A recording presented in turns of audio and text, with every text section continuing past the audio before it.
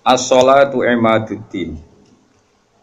As-sholatu utai sholat, utai nglakoni sholat, atau merjuangno sholat, jumenengno sholat. Iku imaduddin, iku dadi cagak agama. Kalau baleni malih, as-sholatu utai nglakoni sholat, atau jumenengi sholat, utawa bela-belani sholat. Iku imaduddin, iku dadi cagak agama. Asluhu tegese dasare din. Fakiwa mudini mongko te jejeki agama iku lae ora ana apa kiwa mudini iku ila biha kecuali kelawan salat. Dite nglakoni salat jadi rene salat ya fasilitasi salat supaya kabeh. Kama annal baita kaya sak temene omah. Iku layakum iku ora jumeneng apa bet, ora jumeneng illa ala amudi kecuali ngatasé saka-sakane bet. Faya mongko te salat tahqiqon niku nahqiqno. Nahkekno mujudno lil ubudiyati maring sifat kemawulan. Dengan salat wong ketok kawula tenan sungkepan ning pangeran. Wa adaun lan nekani li haqqi rububiyati maring hake kepangeranane Allah. Lawa jami'ul ibadati utawi sakabehane pira-pira ibadat iku wasa ilu pira-pira lantaran. Iku wasa ilu pira-pira lantaran ila tahqiqi sihha maring nahkekno rahasia-rahasiane salat. Terus niki kalau terangaken nggih masalah salat imaduddin. Kula niku lami sangat di pikiran niki dan ini pasti benar. Sing darani salat iku nglakoni salat. Ya sing darani salat iki nglakoni no. Salat. Terus kula mulai takbir ngantos salam niku jenenge napa? Salat. Kemudian kita ini hidup di dunia nyata. Misalnya kena ramangan niku ora iso salat. Awak lemes iku ngadeg kaya ra iso apa meneh napa salat. Sehingga ada wasail wong kon mangan ben kuat salat. Kemudian ada wasail lagi misalnya gini ini pengono tenan. Nabi Ibrahim itu nabi yang luar biasa. Beliau Khalilur Rahman. Dia tahu kalau fisik manusia itu kalau tidak makan itu tidak bisa salat. Sehingga beliau itu ngerayu pangeran ya Allah Rabbana liyuqimus shalah faj'al afidatam minan nasi tahwi ilaihim warsughum minas samarat. Gusti tiang-tiang Mekah utai pecinta Mekah atau siapa saja yang Islam niku paringi kelar mangan. Ben nak kelar mangan niku ben kelar salat. Sehingga para ulama juga mengkiaskan misalnya begini. Kalau kita tidak punya otoritas politik, maka salat dilarang. Sehingga kita juga menjaga otoritas politik supaya salat itu enggak dilarang. Caranya gimana? Misalnya gini, saya ini buruh di pabrik milik Cina yang non-muslim. Gara-gara saya buruh dilarang apa? Sholat, karena mengganggu jam kerja. Kalau saya mampu bikin koalisi buruh menuntut hak sholat, saya harus melakukan itu. Karena itu cara saya untuk mendirikan sholat. Atau kalau ada umat Islam mampu kaya dan bisa menciptakan lapangan kerja dengan membolehkan sholat, maka harus melakukan itu demi tegaknya sholat. Makanya ini kelirunya kita. Nyongkone nglakoni sholat itu pokoknya dekne dhewe sholat. Dia agak mikir bahwa untuk bisa sholat itu dibutuhkan kekuatan ekonomi, kekuatan politik. Saya tuh ngaji di mana-mana, saya ulang-ulang. Islam ke Selat Malaka itu Thailand sama Indonesia itu umurnya bareng. Cuma kebetulan Thailand nggak milih politik, negara dikelola non-Muslim. Tahu-tahu sholat itu dilarang di Thailand. Indonesia kebalikan, lah kiai ini seneng politik, keterusan nganti sakniki, paham ya? Akhirnya rawali songo iku Islam lagi rong generasi. Iku wis gawe demak napa? Wah, senatri mau sholat dilarang. Nara sholat ra iso dadi presiden. Jadi saiki sholat malah bupati kok ora sholat, terus ra ngarah dipilih, gubernur kok ora sholat. Lho, ra ngarah dipilih. Ana cawayu sholihah kok sing lanang ra mbebo sholat, ya ora payu. Ibu keterusan paham, tapi ini mau cerita. Jadi karena redaksinya Quran itu wa iqamis sholat mendirikan sholat supaya sholat itu berdiri bukan kamu saja tapi seluruh negara dan itu dibutuhkan macam-macam tadi. Ibrahim menyontohkan kekuatan politik, kekuatan ekonomi bahwa untuk sholat itu harus warzughum minas samarat, harus ada materi fisik yaitu orang makan. Terus di ayat umum Nabi Muhammad dicontohno ciri utama agama wis menang ku Muhammad wala yumakkinanna lahum dinahumul ladzir tadallahum wala yubaddilannahum min ba'di khaufihim amna. Ciri utama kemenangan Islam Muhammad, nak orang melaksanakan Islam itu sudah ada ketakutan. Disebut wala yumakkinanna dinahumul ladir tadho. Jadi kira-kira perasaanku loh, ada satu negara yang lama sekali ada Islamnya, kemudian sholat di situ takut, sama negara yang sholat tidak takut. Coro alamat untuk futuhe pangeran yang milih negara yang sholat itu udah tidak takut. Mergo Allah ngendikan wala yumakkinanna lahum dinahumul ladir tadho. Allah bikin tamkin itu kemampuan melakukan ibadah secara netral, secara kuat.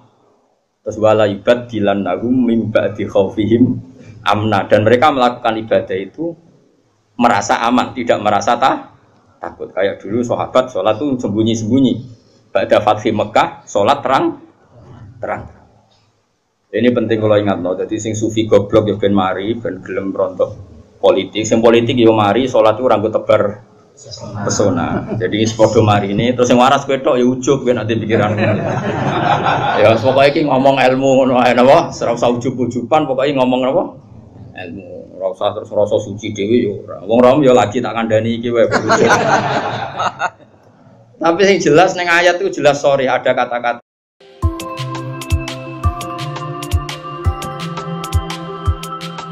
wala yumakkinanna lahum dinahumul ladir tadolahum wala yubaddilannahum min ba'di khaufihim amna. Jadi ciri utama agama hebat itu kalau merasa tamkin, kowe rabi yo iso, wayoh yo iso, itu berarti wis jos beragama secara napa benar. Paham ya? Tapi nak wani ya pokoknya sementing itu wani. Lho kalau di kanca bojone loro telu iku langsung legal kabeh, didaftarno langsung legal kabeh. Kondang tenan. Rabi langsung wakeh, didaftarno ya langsung legal kabeh. Yo hebat tenan. Tapi kok kuat suwe ora ya ora roh nek iku takdir no. Tapi ini penting kula aturno nggih. Kula niku kan maca tarikh niku kathah. Maca tarikh niku kathah. Di antara tarikh itu kenapa semua nabi itu kok menguasai negara? Enggak ada nabi yang enggak menguasai negara. Nabi Muhammad pada akhirnya menguasai Mekah Madinah. Ada Fathu Mekah. Karena dengan menguasai ini berarti sholat ibadah menang. Sholat ibadah menang. Kalau enggak ya dilarang. Dulu orang sholat di Masjid Haram itu dilarang. Dulu orang Islam sholat di mana-mana dilarang. Sampai Islam kuat, terus berani terang-terangan sholat. Fasda gimana Dumar. Di Indonesia sekarang luar biasa. Malah pejabat yang enggak sholat itu dijeng wong. Kira-kira malah rada di. Golek bojo wong ra salat saiki kangenan. Musibet. Wes pokoke jos. Tambah kowe ketok khusyuk, sawangane tambah gampang rabi. Jajal misalnya Mustafa nganti badhuke ngecap koyo wayah iku koyo mungkin. Lah kok sujute urung kaya kan sah ta ora wayah dengan badhuk ngene. Maksudnya geng meyakinkan kan. Koyo orang iso ngajak ning swarga lah. Pokoknya dengan rai seperti ini tuh masih itu. Coba adekne wis abid, goni syarat sugih abid tok ya. Wis pokoke lakoni wis nawani ya. Tapi ini penting kalau terangno ya, makanya istilahnya wa iqamis shalah, mendirikan. Jadi sholat itu berdiri. Terus kedua kata Imam Haromen, sholat itu harus fi amakina mukhtalifatin, di tempat yang beda-beda, sing ma'rufah, sing dikenal. Jadi wong kok sholat ning isor pring dhewean itu gak sah dari Imam Haromen. Sholat kudu di tempat terbuka, terutama fardu. Sehingga kata Imam Haromen, kalau sudah ada jamaah tapi fi buyutim di rumah masing-masing, la tadharu bias syiar, yang syiar tidak kelihatan kutilu, tetap diperangi. Makanya syaratnya jamaah itu harus di tempat apa? Terbuka. Karena ini butuh syiar, butuh show bahwa Islam ya demi sholat, bukan sholat demi Islam. Jadi kita bela-belani kelar mangan ya ben kelar sholat, menguasai politik ya ben sholat tidak dilarang. Kita menguasai publik biar publik terinspirasi oleh hukum Islam rupanya apa? Sholat. Sehingga kata Imam Haromen, kowe sholat jamaah, maksudnya ora sah makili fardu kifayah, nak sekedar sah ya mungkin sah. Tapi jek qatalahumul imam. Dan Imam Haromen mensyaratkan fi amakina mukhtalifah, di tempat yang beda-beda. Jadi kalau kampung itu besar, di tengah desa harus ada jamaah, di pojok-pojok yang biasa digoni gerduwo itu juga harus ada jamaah. Lo pernah lo di dekat kampung saya itu? Jamaah itu satu, semuanya di masjid. Saya bilang jangan semuanya di masjid. Itu yang pojok desa itu agak gerduwe. Aku nggak musola di situ. Dibikin. Yo gerduwene mirip tenan. Ini penting saya utarakan karena tadi malaikat itu kan di semua buminya Allah itu akan nangis kalau ada bumi yang nggak dipakai sholat, nggak dipakai sujud. Karena malaikat ini menstatuskan bumi itu mahal sujud. Makanya kata Rasulullah wajulat anal ardu kulluha masjid, dan semua bumi Allah itu hakikatnya adalah tempat sujud. Sehingga kalau nggak ada sujud itu ya kecewa. Bumi ini kecewa sekali kan. Makanya harus fi amakina mukhtalifah, tempatnya harus beda-beda di mana-mana. Supaya syiar. Kalau jamaah tetap di rumah, qatalahumul imam, harus boleh diperangi oleh imam. Terus ketiga, ini penting kalau terangkan masalah iqamatis sholat. Sholat itu pentingnya jamaah, itu sing keliru, itu melok bener. Sing mardud melok makbul. Karena tidak mungkin kan wong 40 rawali kabeh. Aku ya mungkin sewu ya rawali kabeh. Normalnya itu kalau ada orang dulu, era dulu, angger orang 40 mesti sing sitok itu wali. Kayaknya sekarang 1 juta pun nggak jamin ada apa, nggak ada wali, tapi nggak masalah lah. Mungkin zaman akhir kriteria wali juga agak seketat zaman dulu mungkin. Masa beda zaman kualifikasinya masih sama. Tapi kan saya kira angger sebawa nasihat ngalor ngidul. Ya ini saya turunkan lah kualifikasinya saya. Santai. Sholat itu iso bener itu baru kayak wong akeh. Dulu tuh sholat itu kok cacile. Kalau nu gak ada kitab, namanya ini disertasinya doktor profesor namanya itu Muhammad. Kalau nu kenal sama orangnya, dulu pernah ke Sarang. Anak Syekh Rojab, abahnya itu profesor, terus punya anak ya profesor juga. Dia nulis tentang fikhu Imamil Haromen. Kemudian saya pernah ketemu Sarang. Saya beli kitabnya, mulai kitab disertasi doktornya sampai dia setelah jadi profesor fikih. Dia ngarang judulnya Fiqhu Imamil Haromen. Dia nganalisis cara berfikihnya Imam siapa? Haromen itu gurunya Imam Ghazali. Wah itu lama yang luar biasa betul. Dia itu orang Irak. Mangkel deh, Mekah jadi kota mati mangkel. Mangkel ulama mandi kan. Dia udah pernah Mekah. Mulang ya swawur-awuran. Ngawur wong alim tapi coba apa yang gue.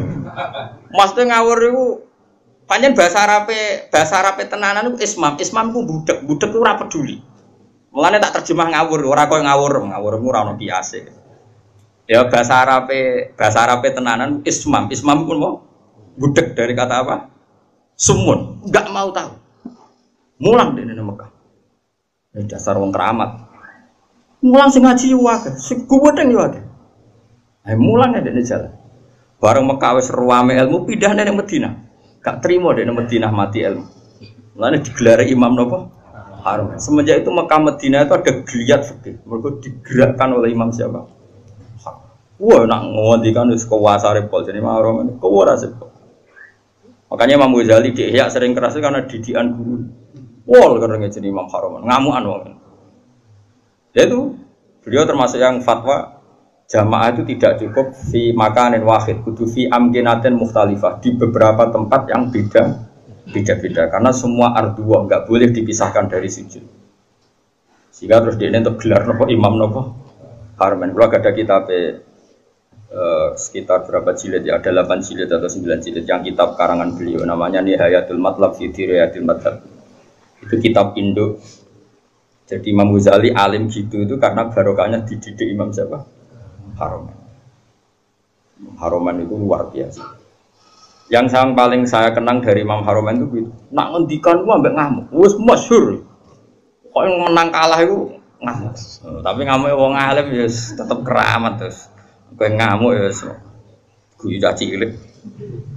Ya apa ya koyo stres ngono. Modele ngamuk enak wong alim itu terus koyo mergo rondo. Tapi nang ngamuk wong alim itu duwe napa? Terus dia menulis faedahnya sholat. Jadi perjuangannya Rasulullah kayak begitu sampai jihad, sampai perang supaya sholat itu tegak.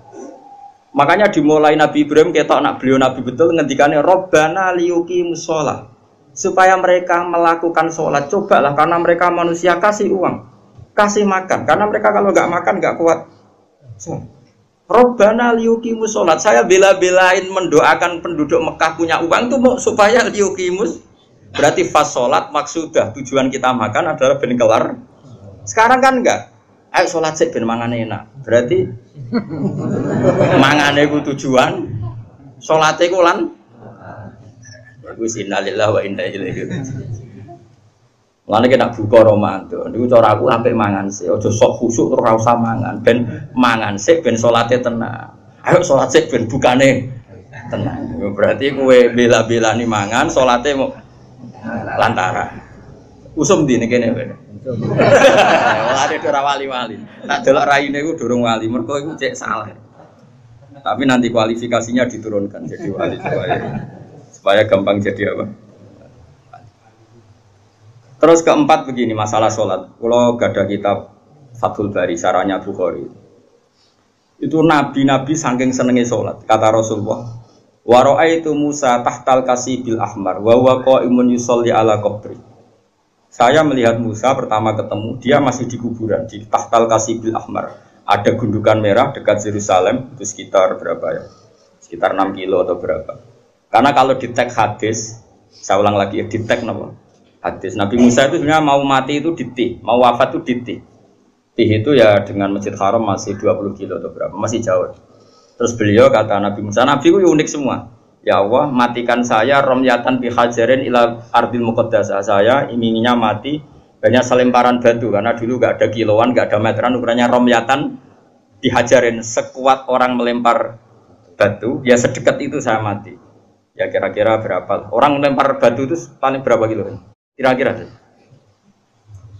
gak buanter, wong Arab lho, aja wong Rom. Wong Arab wis bar mangan, aja. Hah? Nak watune cilik tak gede. Nak watune gede kok. Nak jak matematika juga. Gak kira 100 meter par kan? Hah? Bro. Nah itu di situ Nabi Musa itu sholat. Kalau nanti teng makomnya Nabi Musa, makom itu tempat beliau sholat dulu. Teng kuburannya, meskipun kuburannya mukhtalaf alaih tentu. Terus di Syarafatul Bari itu gini, termasuk yang ditulis Sayyid Muhammad dalam Mafahim Ajiban Tuhan. Rasulullah itu saking senengnya sholat, ketika saya belum pernah ketemu para nabi kecuali pas itu kuburan di kuburannya sholat do munfarid sendiri. Kan gak iso ngentongi jamaah mau ndak mau harus sendiri. Pas Nabi Muhammad mau Isra itu kan beliau di Baitul Maqdis. Semua sholat datang. Karena mereka hobinya sholat ini mumpung ada imam besar. Imam besar Kanjeng Nabi maksudnya kok ngono Bapak. Kowe aja terlalu jurnalistik. Mumpung ada imam besar, Imamul Muttaqin itu yang di tarhim-tarhim itu loh.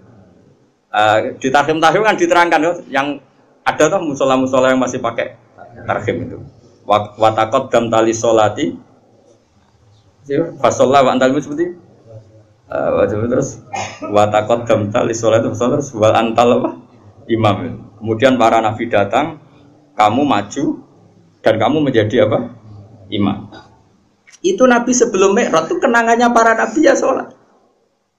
Jadi semua nabi datang ke Baitul Maqdis itu hanya apa? Untuk sholat. Mumpung ada ya Imam al-Muttaqin, Imam al-Mujahidin, imam besar, ahli jihad, ahli taqwa. Itu semuanya gitu, semuanya demi sholat. Singkat cerita, ketika Nabi mau kapundhut, saking senangnya sholat itu ngendikan, saya hafal teksnya. Saya ini mau meninggal, kata Nabi. Dan saya melihat para nabi itu sholat di kuburannya. Kata Nabi, wa ana akramu ala Allah. Dan saya terlalu terhormat. Saya ini terlalu terhormat di mata Allah. Untuk membiarkan saya 3 hari meninggal, kemudian saya tidak sholat. Jadi pastikan kalau saya terpaksa ngalami masa-masa kecelok mati mayit, maksudnya kecelok ya tentu tidak mayit hakikatan karena semua nabi itu ahya, semua nabi itu hidup. Umpama aku kecelok ngikuti prosedur umumnya wong sing kecelok kapundhut, paling banter mau teliti. Aku ku izin mbek pangeran, terlalu terhormat pangeran, kok aku terus ning kuburan kok amen turu mati terus sholat. Jadi nabi cita-cita terbesar beliau setelah meninggal pun itu mau melakukan sholat. Wa ana akramu ala rabbi. Setelah saya meninggal gini walam usolli ba'da salasin. Kemudian saya tidak sholat setelah masa 3 hari. Ya masa 3 hari mungkin itu pilihan Nabi karena mau tidak mau harus mengalami proses peralihan alam ya. Tapi tetap cita-citanya itu sholat. Nah saiki kowe isih iso salat udah spring susu. Ya Allah, ya. Alhamdulillah dan sampai sejak urip besar.